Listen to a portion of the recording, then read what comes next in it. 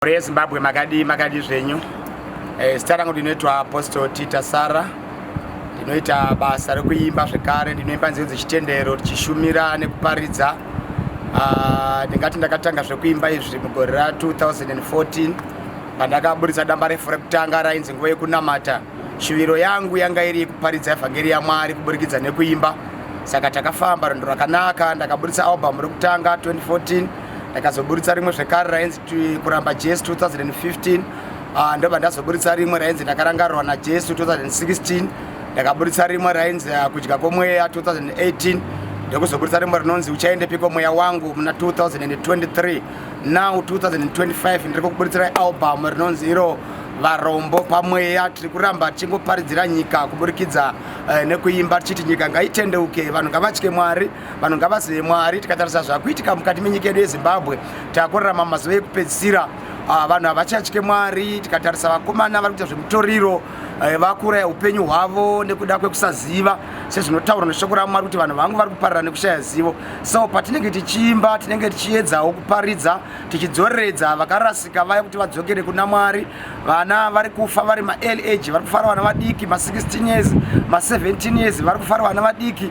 Vana vari kubata pamuviri, vari vana vadiki diki chaizvo, 15 years, 16 years, munhu anenge ane pamuviri. Saka isisi sevaimbi tikaimba tinogona kudzoreredzawo vana vadiki vanenge vasina shoko kuti vagone kukura zvakanaka, vagone kukura muna Mwari.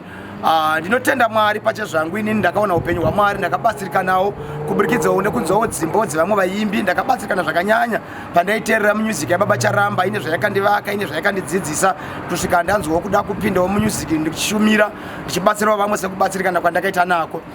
Saka ndapinda munyaya dzemusic, ndakatanga kusanganawo nema-challenges akawanda. Ndikati ndakasangana nematsaona airwadza, ndakabuda matsaona anokwana kusvika 3, pamwe ndikade ndakafa. Saka ndakatenda Mwari zvikuru sei nekundichengeta kwavakaita. Ndasvika ipapo Mwari vakazondizarurirawo nekuda kwechido chandanga ndinacho nekuramba ndakudzidza Bible ndichifarira kunamata Mwari. Mwari vakazondizarurirawo ndikakwanisawo kuvhura kereke yandakutungamira.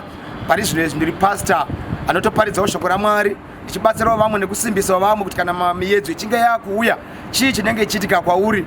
Ukaona Satani achikurwisa, chii chinenge chiitika kwauri. Satani anombokurwisirei? Satani haarwise munhu asina basa, anorwisa zvikuru zvinenge zviri mauri. Saka muri yeZimbabwe tinokukurudzirai kuramba tichinamata. Ngatiregere kubva pana Mwari, muteererewo nzimbo dzedu, mutitsigirewo nzimbo dzatinoimba kuti ivhangeri yatinoparidza kuburikidza nekuimba iende mberi.